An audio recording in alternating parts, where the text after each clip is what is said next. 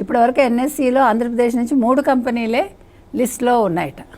మరి అలాంటప్పుడు ఇంతమంది ఉన్నప్పుడు వీళ్ళందరూ అందులో వాళ్ళు రిజిస్టర్ చేసుకున్నారు అనుకోండి ఎన్ఎస్సిలో, వాళ్ళకి ఇప్పుడు ఈ అప్పులు తెచ్చేసుకుని ఇక్కడ ఆగిపోతున్నారు.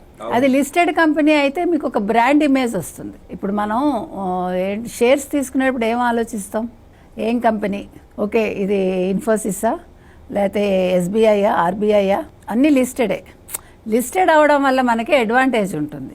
దానివల్ల మనకి ఏంటంటే మన కంపెనీ లాభ నష్టాల్లో ఉన్నప్పుడు మనం బేరీజ్ వేసుకుని అవతలవాడు మన షేర్స్ కొన్నప్పుడు మన కంపెనీ విలువ పెరుగుతుంది, సంపద పెరుగుతుంది. అంతేగాని మనం ఏదో కాస్త పెట్టుబడి పెట్టేసి వచ్చిన లాభాలతో చాలే మనకి ఇది అనుకుంటే కుదరదు అనేది నిన్న లోకేష్ చెప్పిన, మినిస్టర్ చెప్పిన ఇదే మాటలు చెప్పారు. Even national stock exchange CEO చెప్పినా అదే చెప్పారు. సహజంగా మనకు ప్రాబ్లం వచ్చేది ఎక్కడంటే మేడం, ₹1,00,00,000 ఒక యూనిట్ పెడతాం, దాంట్లో 10 లక్షలు మనం సొంతం డబ్బులు పెడతాం, ₹90 లక్షలు వడ్డీకి తీసుకురావడానికి ప్రయత్నం చేస్తాం, వడ్డీగా తీసుకొస్తాం, బ్యాంక్ నుంచి కానివ్వండి ప్రైవేట్ వ్యక్తి దగ్గర నుంచి కానివ్వండి.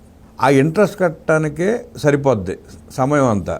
ఒక యూనిట్ పెట్టామంటే ఆ ప్రోడక్ట్ మార్కెట్లోకి వెళ్ళి సక్సెస్ అయ్యి మార్కెటింగ్ అయ్యి ఇవన్నీ అయ్యేటప్పటికి ఈ వడ్డీ భారం పెరిగిపోయి ఆ మూతపడే పరిశ్రమలు చాలా ఉన్నాయి మన దగ్గర. చాలా ఉన్నాయండి, చాలా అది ప్రతి రాష్ట్రంలో జరుగుతుంది, ఎస్పెషల్లీ ఆంధ్రప్రదేశ్లో ఎక్కువ, ఎందుకంటే మనది పెద్ద రాష్ట్రం కాబట్టి మీరు అన్నట్టు ఈ భారాలు తగ్గించాలంటే ఇప్పుడు మీరు అన్నట్టుగా ఒక ప్రోడక్ట్ మనం స్టార్ట్ చేశాక దాన్ని మనం ముగింపు దశకు తీసుకొచ్చి దానికి ఒక లేబుల్ పడేసరికి ఈలోగా ఇక్కడ మనం వడ్డీలు కట్టుకోలేక కుదేలైపోతాం. మరో పక్క మనం జీతాలు ఇవ్వాలి, ప్రతి నెల మనకి ఫస్ట్ వచ్చేదానికంటే బయటకు వెళ్ళేదే ఎక్కువ ఉంటుంది, ఎక్కువైపోతుంది చాలా.